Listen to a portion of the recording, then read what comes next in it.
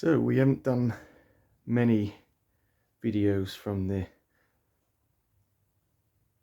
summer house here because last few winters I've used the summer house to overwinter a lot of stuff. I used to cram this absolutely full of plants every winter, and most things survived quite well. But due to the hot house at the bottom of the garden there, the plan was to keep this empty of plants.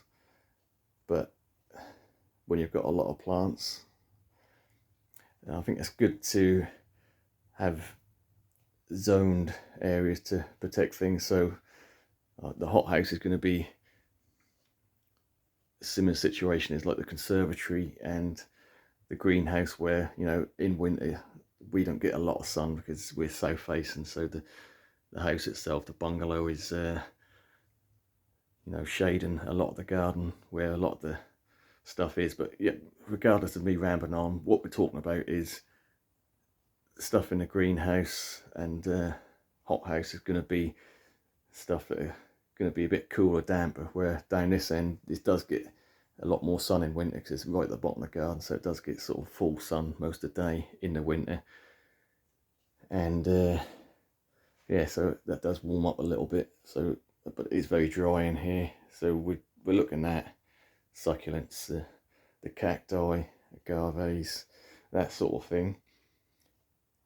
So these are just the stuff I've got potted from various places in the garden. Some stuff's looking good, some not so good.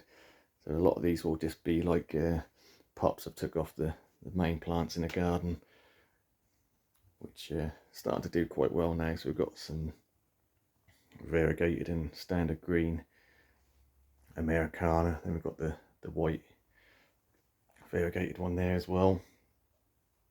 So really this is going to just be an update, actually a really long intro to an update really about one plant I want to do, which is the foxtail agave, or Agave Attenuata.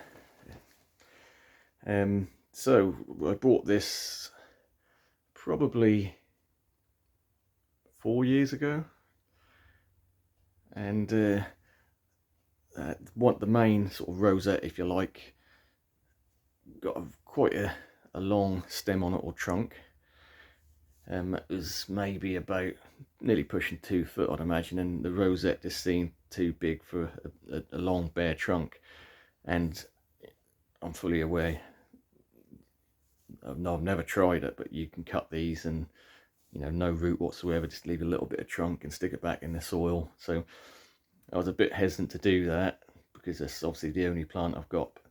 But last year I noticed we had a few pups coming from the base of the original pot, so I thought, well, if the main rosette, if I do cut it and stick it in soil and it doesn't make it, the little pups will be my backup. But as we can see, it's still alive. So the original pot is here, and this is looking a bit rough because these were actually in the greenhouse, and I think we had a slug or snail going mad on them. But so we've got a few holes in the leaves, but we've actually got about 4 little pups here of the Attenuata, and we can see the original sort of trunk there, which this big rosette was on. So what I might do is next year I'm going to cut the 2 bigger pups off and pot them up separately, because this main one, which I cut, and I probably left about 6 inches of the trunk, and just stuck it in a pot, really about the same size pot that the original plant was in, there. And as we can see, this has been in the front garden, and I had 2 identical sized pots, and what I've simply done is sunk one pot into the ground and then put the plant pot inside that pot, so you can just lift it out at the end of the year to protect it, because these are not hardy in the UK. They don't really like going below freezing. They can take cold, but obviously, like most agaves, with the damp as well. But yeah, these are a little bit more tender than your standard, but because the leaves are really soft, I mean, these are not sharp leaves at all. They're just lovely, soft, you know, pliable leaves. They're quite, you know, you can't help touching them. They're just nice, succulent, soft. Anyway, so as we can see, it's certainly rooted out because the roots come out the bottom of the pot and wrap around the pot. So obviously this pot was inside another pot in the ground, and it was a little bit of a struggle lifting it out because obviously the roots had sort of grown between the two pots, as it were. But yeah, so that was I kind of thought that'd work, but you know, you're always a little bit hesitant when you haven't tried it yourself. And some people say, yeah, no problem, cut it and stick it in the ground, that'll regrow. But when you've got a plant that, you know, it's not overly available in the UK, I mean, you can buy very small ones, but when they get to a reasonable size, it's a little bit of a gamble. You don't really want to kill it. So yeah, so that paid off. So we've got one big plant there with plenty of roots. So just over that summer period, that has really rooted out the pot by the looks of it. And so it's not been the warmest, hottest of summers, but it's still looking good. And I'm saying this is probably about 2 foot across. And yeah, so that's along with the other succulents in here and agaves and whatnot. You've got a little ponytail palm here, which is actually a cluster of 3. Again, just as long as they're kept dry, they'll be okay. Again, we've got a lot of little pups from some bigger agaves and mongaves there.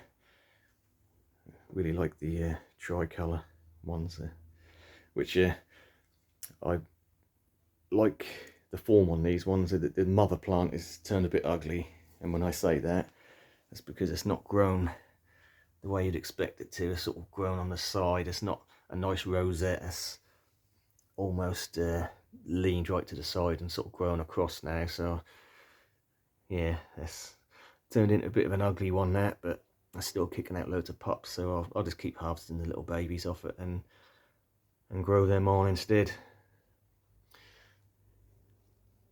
So what's this? This is the aloe arborescens. So it's not as hardy as the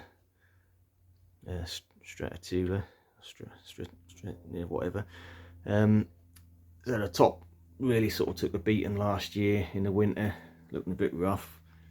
There is new growth coming out, but what I might do is just cut this main top one off and just let all the smaller ones around it grow.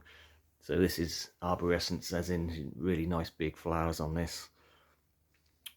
Yeah, so again, just a random selection of sort of small pots and things, all going to be unheated, so it will, on a cold night, you know, it could possibly drop below freezing in here, but because it's such a dry atmosphere compared to, like say, a greenhouse or something where you've got like an open floor, so the damp and humidity can sort of, you know, be a bit of an issue. Obviously in here is quite a considerably drier environment, so with the chance of, you know, getting below freezing here, I'm not too concerned because they're going to be nice and dry. So these have all been in here for a couple of weeks now, so they're drying out, because during the day it does still get quite warm in here. And yeah, so what we'll do is wrap it up there.